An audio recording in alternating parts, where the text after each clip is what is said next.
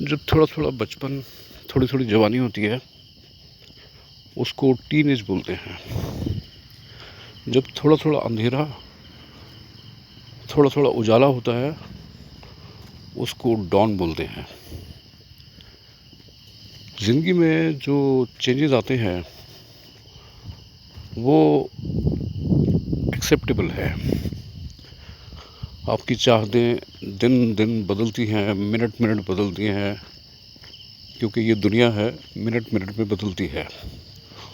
ओशो ने क्या सोचा शादी के कंसेप्ट पे? ओशो बोलते हैं, जिस वक्त कोई शादी कर रहा होता है, बड़ी खूबसूरत बातें उनके जहन में आती हैं। उनके हर वर्ड, हर लाइन, हर बात ऐसी दिल को मोहने वाली होती है कि मुझे नहीं लगता कि कोई उनको सुनेगा और सम्मोहित नहीं होगा, अट्रैक्ट नहीं होगा, मता नहीं होगा, मुतमिन नहीं होगा। जब किसी की शादी हो रही होती है, उन मोमेंट्स में, उस वक्त में पर्वत आंसू बहा रहे होते हैं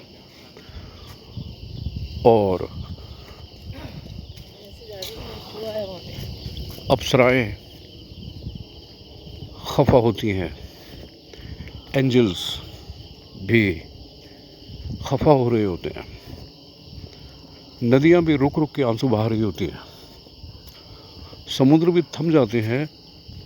जहाँ भी शादियां हो रही होती हैं उनकी ओर इशारा करके थोड़ा गमगीन होके आगे चलते हैं। अगर इस तरह की बातें हैं, ओशो को कैसे एहसास हुआ? इतने बड़े दार्शनिक को, इतने बड़े फिलोसफर को, जिसके बारे में मैंने सुना है कि उन्होंने 8 तरह की पोस्ट ग्रेजुएशन की थी, लेक्चरर भी रहे थे वो कुछ समय किसी यूनिवर्सिटी में, और उन्होंने शादी ना करने का निश्चय कर लिया था। उनके फादर साहब, उनके घर वाले उनको मजबूर किया करते थे कि शादी का वक्त है, शादी कर लो। उन्होंने टोटल डिनाइल मोड पे जवाब दे दिया कि शादी मुझे नहीं करनी।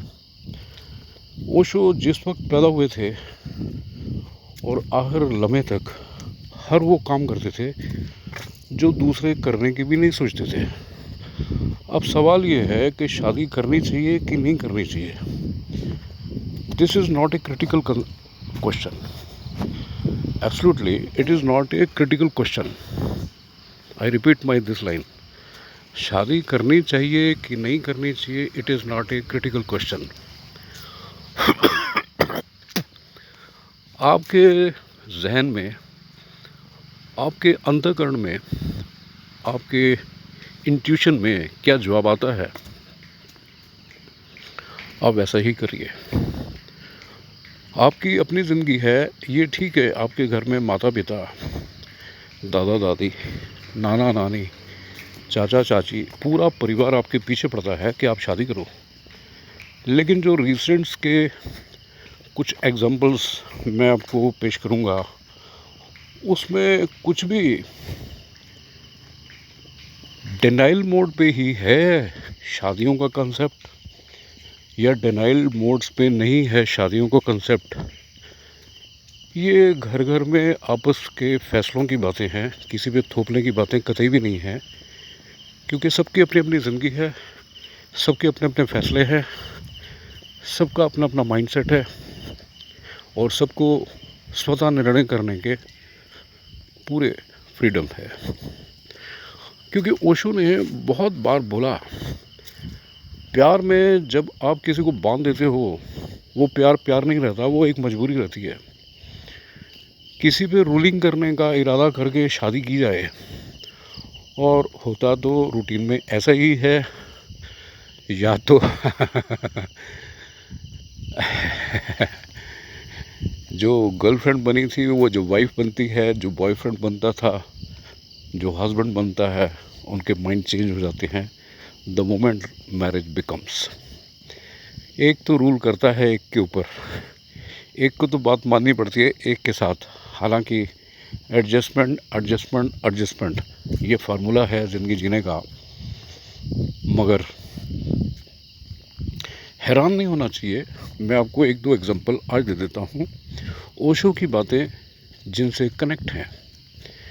मैंने एक दुकान से समोसे लेने थे, क्योंकि मैं उस ओर गया हुआ था। यहाँ पे एक एरिया है संजय नगर, बेंगलोर में, बहुत ही खूबसूरत एरिया है।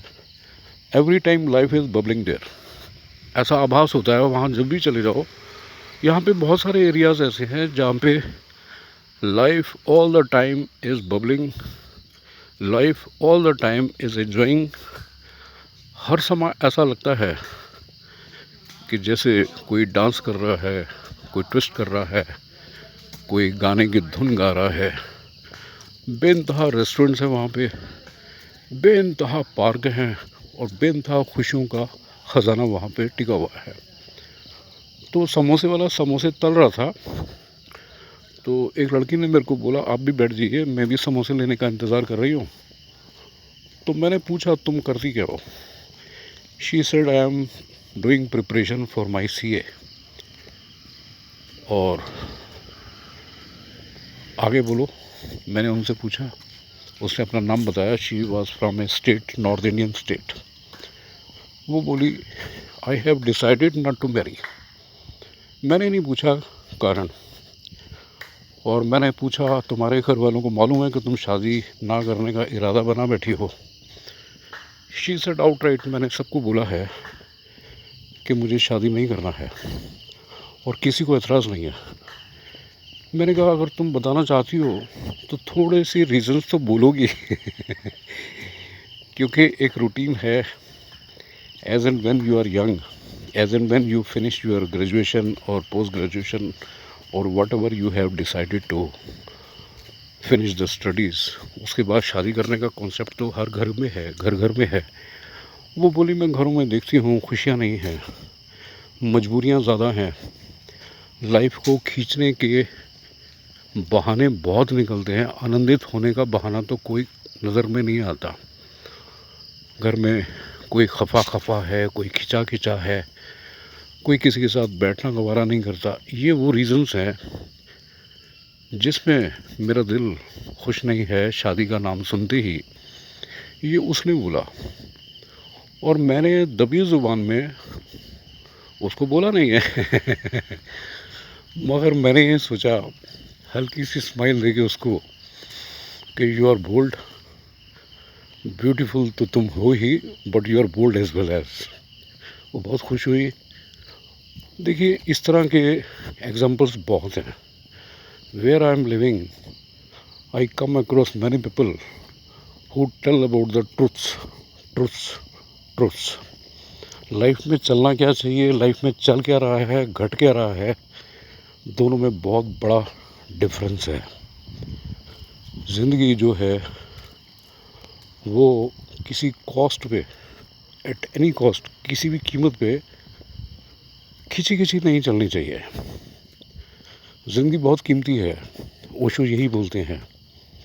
ओशो जो बोलते हैं, मेरे को एक एक वर्ड उनका भाता है। आपने मेरे को सुना, इसके लिए मैं आपको धन्यवाद बोलता हूँ, आपको मेरी राम राम। आप मेरे को सुनते हो, आप प्लीज़ सब्सक्राइब कर दीजिए, क्योंकि हर सब्सक्रिप्शन जो आता है मेरे पास उससे मेरा दिल खुश होता है। अभी सुबह के रफली 5 बजे हैं और मैं पार्क में घूम रहा हूँ और यहाँ बेंगलोर का मौसम हसीन है हमेशा की तरह से। मैंने जो शर्ट पहनी है वो मोटी शर्ट है कॉटसूल की, और पैंट भी पहनी है गर्म, क्योंकि यहाँ थोड़ा ठंडा मौसम रहता है।